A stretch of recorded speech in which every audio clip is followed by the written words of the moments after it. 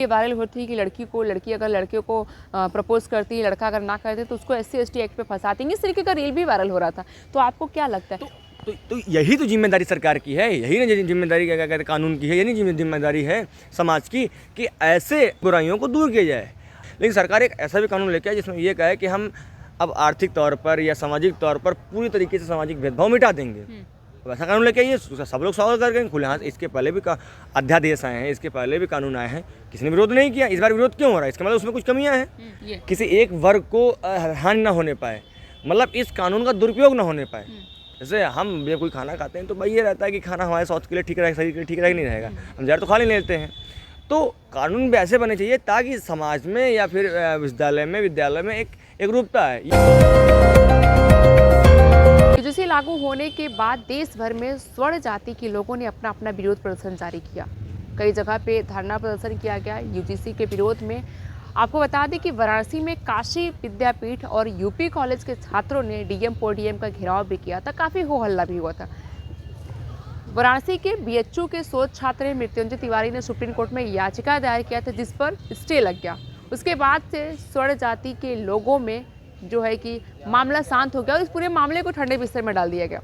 कुछ दिन बाद BHU में SC/ST और OBC कास्ट के बच्चों ने OBC की मांग को लेकर के विरोध प्रदर्शन जाहिर किया। और आपको बता दें कि कल काशी विद्यापीठ में लगभग 500 से अधिक छात्रों को एकत्रित होकर के यूजीसी की मांग करने की घोषणा की गई है, जिसको लेकर के काशी विद्यापीठ में आज से ही पूरी काशी विद्यापीठ को छावनी में तब्दील कर दिया गया।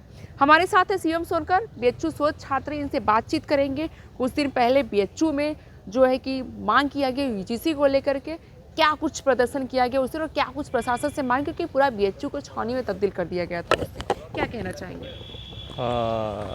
जो SC/ST OBC जो प्रकोष्ठ है यहाँ पर जो इन मामलों को देखता है, जो सेल बनी हुई है, उनके द्वारा 3 फरवरी को यहाँ पर एक क्या कहते हैं कि रैली निकाली गई थी, जिसके माध्यम से संदेश दिया गया था कि जो ये समता के संवर्धन है जो भी रेगुलेशंस आए हुए हैं उनको तत्काल प्रभाव से लागू किया जाए।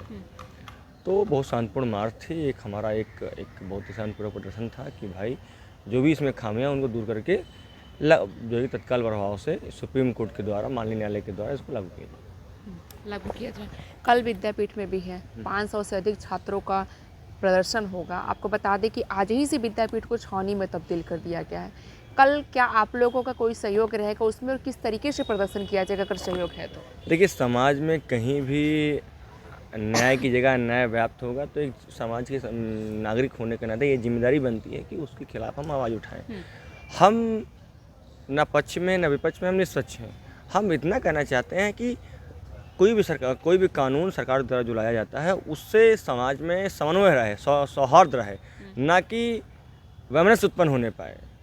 अगर सरकार के पास विशेषज्ञ लोग बैठे हुए हैं, बड़े बड़े लोग, पढ़े लिखे लोग बैठे हुए हैं वहाँ पर, उनसे ऐसे कैसे गलती हो सकती है कि ऐसा कानून, क्या उन्होंने क्या सर्वे नहीं कराया था, क्या उन्होंने इसकी जांच नहीं की थी, पड़ताल नहीं की थी कि जब आप भाई वहाँ पर हैं, जब आप कानून लागू होने से पहले उसके मेरिट और डिमेरिट दोनों देखते हैं, तो आप क्या इनको नहीं मालूम था कि भाई इसमें कुछ खामियाँ हैं? मैं चाहता हूँ इस कानून में तत्काल प्रभाव से सुधार किया जाए और सुधार के रूप में इसको फिर लागू किया जाए।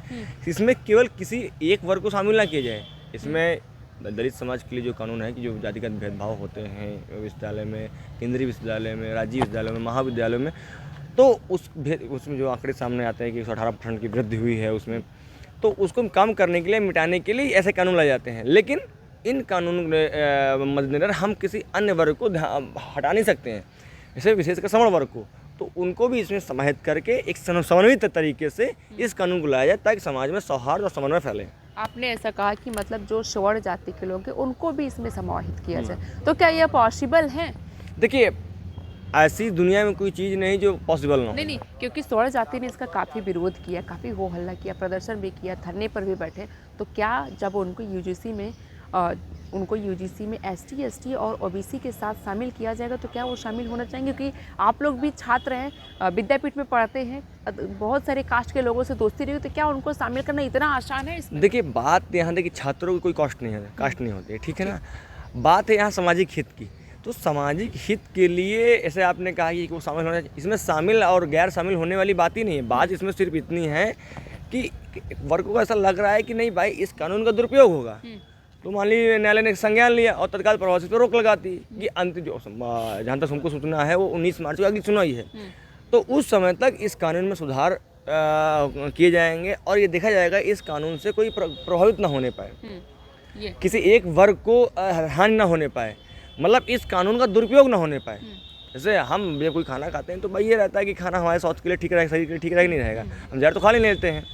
तो कानून भी ऐसे बने चाहिए ताकि समाज में या फिर विद्यालय में एक रूपता है। ये नहीं कि अब देखिए हर जगह विद्रोह हो रहा है, हर जगह एक लोग समर्थन में एक लोग। क्या सरकार को ऐसा करना चाहिए? नहीं करना चाहिए भाई। अब क्यों एक सवाल आपसे रहेगा, स्वर्ण जाति के लोग काफ़ी विरोध किए क्योंकि उनका ऐसा कहना था कि SC ST के लोग इसका भरपूर फ़ायदा उठाएंगे।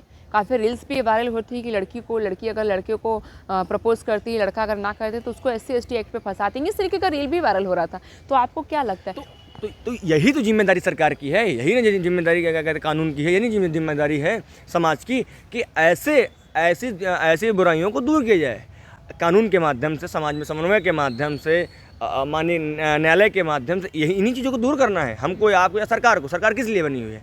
सरकार गठन किस लिए किया गया कि भाई समाज में जो दूरियां हैं वो कम किया जाए, ना कि उनको बढ़ाया जाए। ठीक है।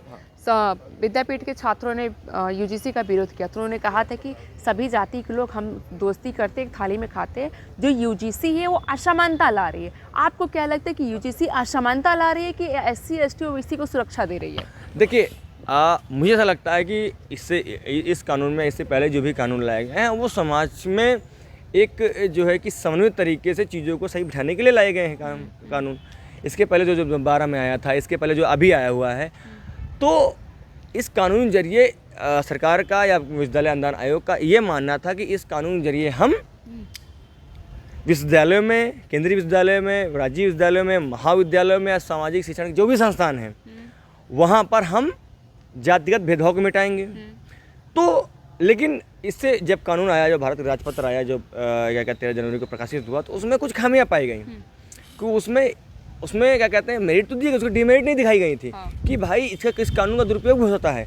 तो कानून का दुरुपयोग ना होने पाए इससे बचने के लिए कि एक समाज को ऐसा लग रहा है कि इस कानून का दुरुपयोग होकर मान लीजिए किसी को झूठा फंसा दिया आप, तो उस कानून में उसके लिए प्रोविज़न क्या बना हुआ है? उसमें तो कोई प्रोविज़न ही नहीं था।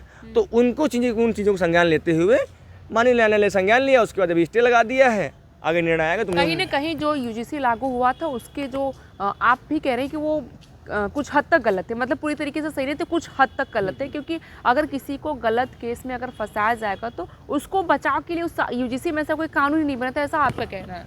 मतलब वैसे मान लीजिए कि आपने इसे बार बार आप समझ कर रही थी, ये थोड़ा गाना अनुचित होगा क्योंकि मैं एक विद्यार्थी हूँ और विद्यार्थी के नाते मैं ऐसे हम ही लोग हैं, हम एक ही साथ उठते बैठते हैं, खाते पीते हैं, रहते हैं। वहीं छात्रावास है कि उसमें एक ही कमरे में भाई क्या कहते हैं दलित छात्र भी रह रहा है, उसी कमरे में जो है कि क्या कहते हैं सवर्ण छात्र भी रह रहा है। तो आप उसको बांट नहीं सकते हैं, ठीक है ना। जैसे मान लीजिए कि आप सवर्ण हैं और मैं दलित हूँ, आपने ऐसा कुछ नहीं किया, लेकिन मैंने अपने विशेष व्यवस्था के चलते मैंने आप पे आरोप लगा दिया। अब उस कानून में ऐसा कोई प्रोविजन ही नहीं है कि ये सिद्ध कर सके नहीं आप क्या कहते हैं कि आपने गलत नहीं किया। ये कानून बनना चाहिए ऐसा तो ऐसा बनना चाहिए कानून की भाई कि दलित समाज को फायदा हो, ठीक है ना, उसके प्रति जो समाज में अभी भी दूरियां हैं वो मिटे, लेकिन इसके आड़ में ये ना होने पाए किसी अन्य समाज, जैसे आपने सवर्ण कहा या फिर फॉरवर्ड कहा, उनको नुकसान ना होने पाए। भाई ऐसा प्रोविजन लेके आइए, आप एक ऐसे नियमावली लेके आइए जिसमें सभी के लिए ही सभी के ही समाहित हों, किसी विशेष वर्ग को उसमें हानि ना पहुंचने पाए। ठीक है। अभी पूरे देश भर में OBC ST ST और स्वर्ण की होड़ लगी हुई है। अगर मान लीजिए कल को कोई सांप्रदायिक दंगे होते हैं देश में, तो हिंदू तो वैसे ही अलग अलग कास्ट में फंसे पड़े हैं, सब मारपीट कर, इसका कितना असर पड़ेगा देश पर? क्या इस तरीके से हमारा देश विकसित हो पाएगा? देखिए ऐसा नहीं है कि पूरी दुनिया में ये चीज़ें व्याप्त हैं। मैं इनका पुरजोर क्या कहते हैं कि विरोध करता हूँ बहुत तरीके से। हम चाहते हैं, अगर आपने अभी कहा कि ऐसे मान लीजिए भारत देश में जात है तो वहाँ अफ्रीका में काला गोरे का है, फिर अमेरिका में जो है कि मूल जात के और गैर मूल जात के लोगों को बढ़ा, तो पूरी दुनिया में कहीं ना कहीं भेदभाव व्याप्त है। लेकिन हम लोगों की जिम्मेदारी ये बनती है कि अच्छा, मैं कहना चाहता हूँ कि सरकार एक, ठीक है सरकार UGC लेके आई, ठीक है अच्छी बात है, लेकिन सरकार एक ऐसा भी कानून लेके आए जिसमें ये कहे कि हम अब आर्थिक तौर पर या सामाजिक तौर पर पूरी तरीके से सामाजिक भेदभाव मिटा देंगे। वैसा कानून लेके आइए, सब लोग स्वागत करेंगे खुले हाथ। इसके पहले भी अध्यादेश आए हैं, इसके पहले भी कानून आए हैं, किसी ने विरोध नहीं किया। इस बार विरोध क्यों हो रहा है? इसका मतलब उसमें कुछ कमियां हैं। तो हम आपके माध्यम से, आपके ये मेरी जो भी आपका चैनल है बहनी मिरर, उसके माध्यम से कहना चाहते हैं कि सरकार ऐसे कानून लेके आए जिनके जरिए समाज में समानता, भाईचारा, समन्वय स्थापित हो, ना कि विद्वेष उत्पन्न हो। लेकिन ये मांग करने में इतना देर क्यों हुआ? स्टे लगने के बाद ही आप लोगों को ये मांग करने की ज़रूरत पड़ी? तो नहीं, अब देखिए पहले की चीज़ आती है तो उसको ढंग से पढ़ा जाता है। देखो मैं शोध छात्र हूँ, तो मैं कुछ बिना शोध छात्र की जिम्मेदारी बनती है कि किसी भी चीज़ के बारे में जानकारी वो तथ्यपरक रखे। हवाई बोलने से कोई मतलब नहीं है, ठीक है ना। तो मैंने उसको व्यक्तिगत में मैंने उसको पढ़ा अच्छे से, उसके बाद फिर मैंने ध्यान दिया कि इसमें, फिर मैंने लोगों ने सलाह मशवरा किया, तब मैं आप बोल रहा हूँ यहाँ पर कि उसमें क्या क्या गड़बड़ियाँ हैं। और यही बात आदरणीय अखिलेश जी ने कही है, यही बात आदरणीय बहन जी ने कही है, यही बात विश्वविद्यालय अनुदान आयोग के अध्यक्ष ने कही है। सब यही बात कर रहे हैं कि सर्व समाज को ध्यान में रखा जाए। तो हमारे उनके बारे में अंतर क्या है? तो समाज में एकरूपता लाने के लिए, समानता लाने के लिए, समतामूलक समाज की स्थापना करने के लिए ऐसे कानून का आवश्यकता है जो समाज में समन्वय स्थापित कर सके। बहुत बहुत धन्यवाद। शिवम सोनकर जी थे, बीएचयू के शोध छात्र। इनका कहना है कि यूजीसी कहीं न कहीं जो आया था वो गलत है, क्योंकि समाज में यूजीसी में ऐसा कोई कानून नहीं था अगर किसी को गलत केस में फंसाया जा सके तो उसको अपने बचाव में कुछ किया जा सके। सरकार को ऐसे कानून बनाने की ज़रूरत है जिससे समाज में असामान्यताएं ना फैले। ऐसी ही तमाम खबरों और अपडेट्स के लिए बने रहिए हमारे साथ। वाराणसी से मैं स्मिता, आप देख रहे हैं बहनी मिरर।